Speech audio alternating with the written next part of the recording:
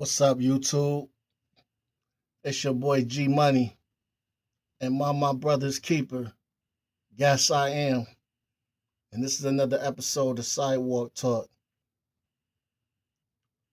I wanted to talk to the new gun owners, brand new gun owners, um, first time getting your concealed license, first time purchasing your very first gun.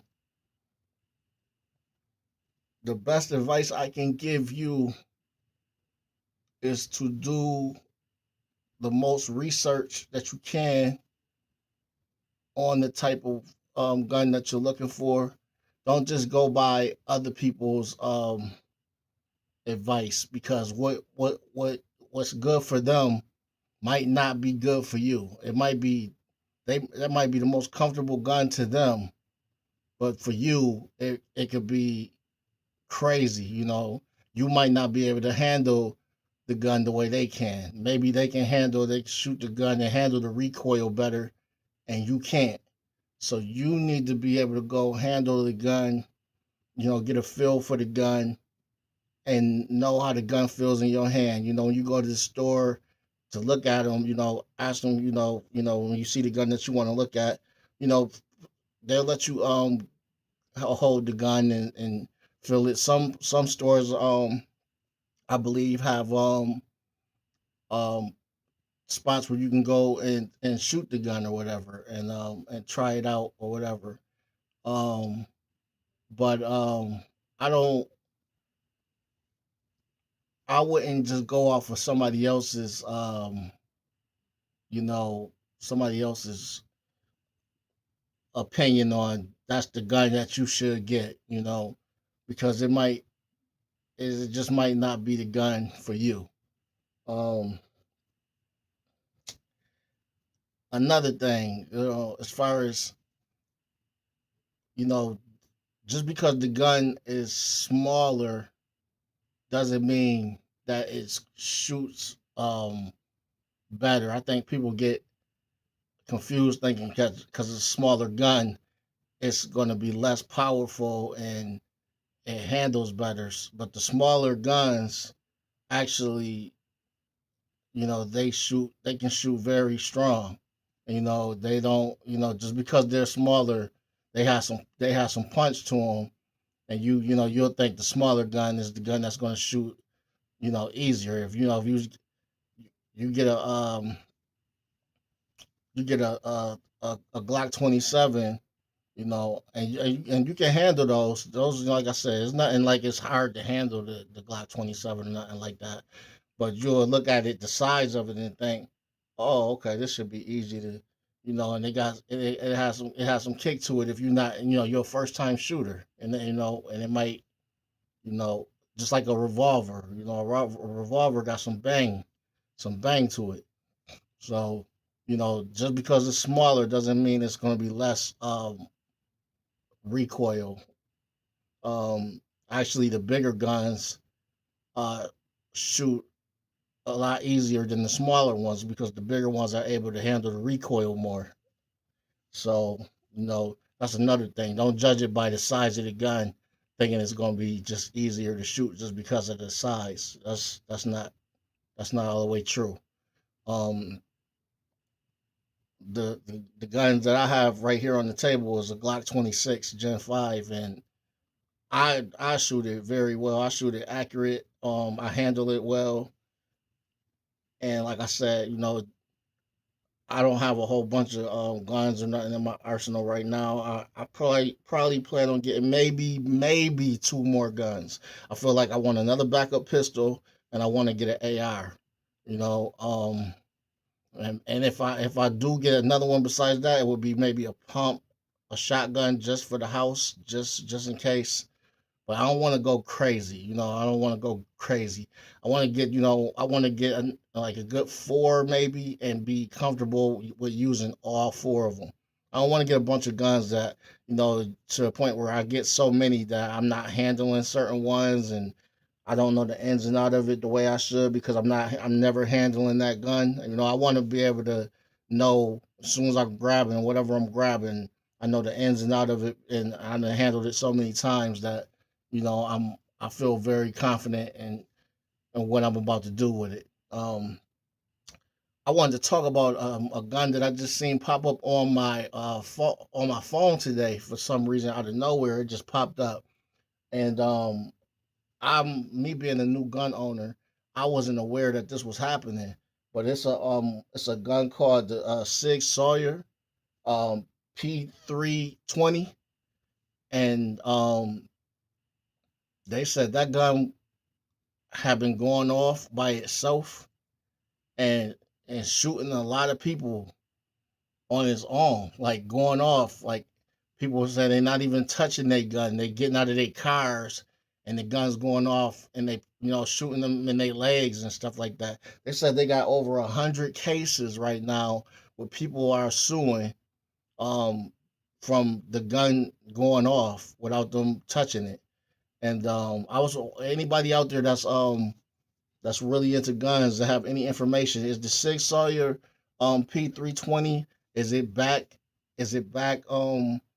Basically, have they made changes to it and fix it to where it's no more issues, or is it the same as it been and they still having issues with it? I just this is me asking a question right now because I don't know the answers to this. I just wanted to know because that was crazy that I was hearing that the gun was just going off. This gun was shooting police officers and shooting people that had purchased it, and everybody claimed that they didn't touch it. They even showed video cases of people getting out of their cars and the gun go out. Police officers getting out of their vehicles or bending over to pick something up, and the gun going off. They got actual videos.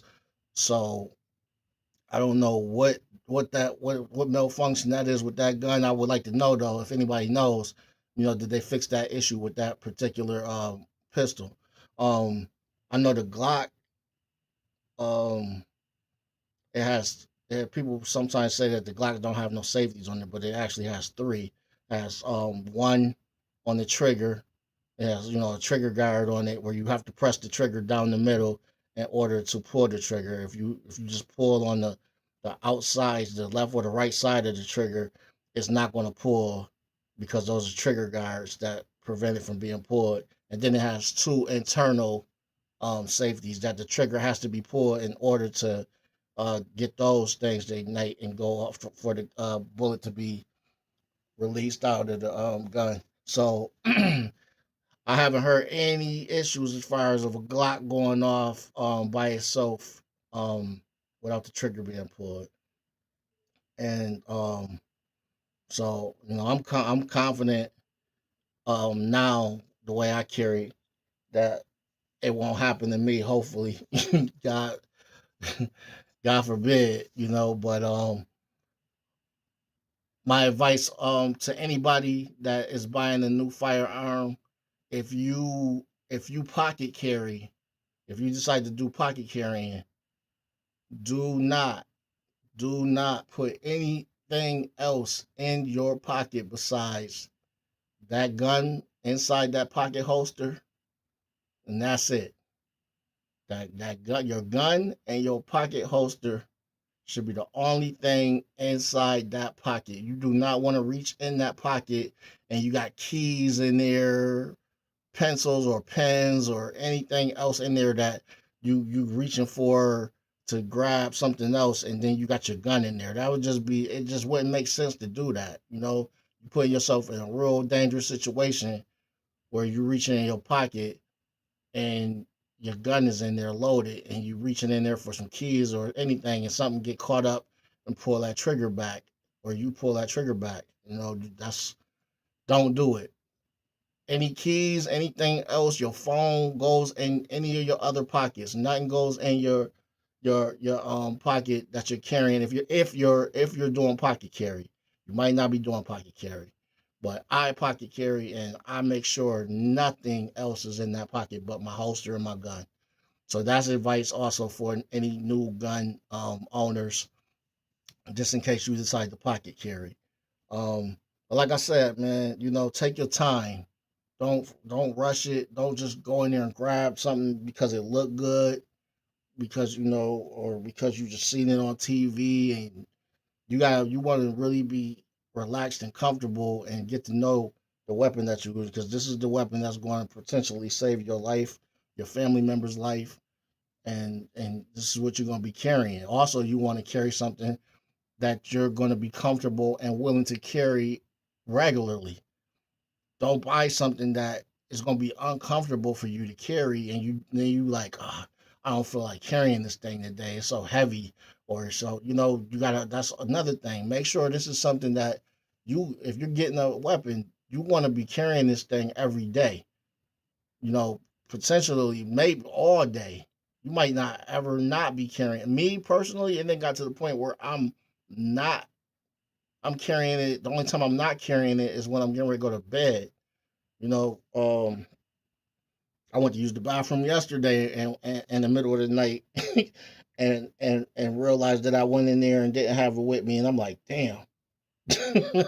like what's up was happening right now? I'm in the bathroom. You know what I'm saying? I ain't paranoid or nothing, but I be thinking about stuff like that. Like, damn.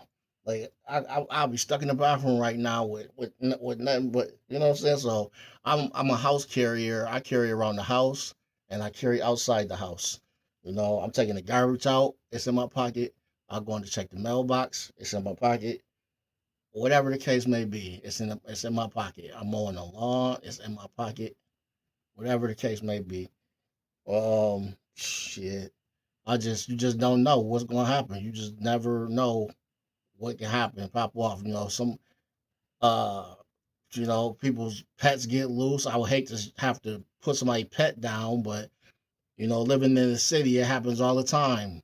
You just be minding your business, going, you could take your trash or something out, and next thing you know, a pit bull or a Rottweiler or something's just coming, turning the corner, running down your backyard and coming straight towards you. You now what? You don't have no other you have no other choice but to you're either gonna fight it with your hands and wait for the owner to get there and hope you can get it off, or you're gonna have to put the dog, I don't want to say it all like that on here because I know it's a lot of animal lovers and stuff like that, but stuff like that happens. So I keep it on me just in case. You just never know, man. And with all this stuff going on, people coming to your house looking to break in and rob you and all of that stuff, you just never know when you need it on you. But like I said, so for new gun owners, Uh, you know, comfort is a big deal. If you're going to be carrying it, you want to make sure that you're comfortable carrying it. So you want to make sure. Then you want to figure out how are you going to carry.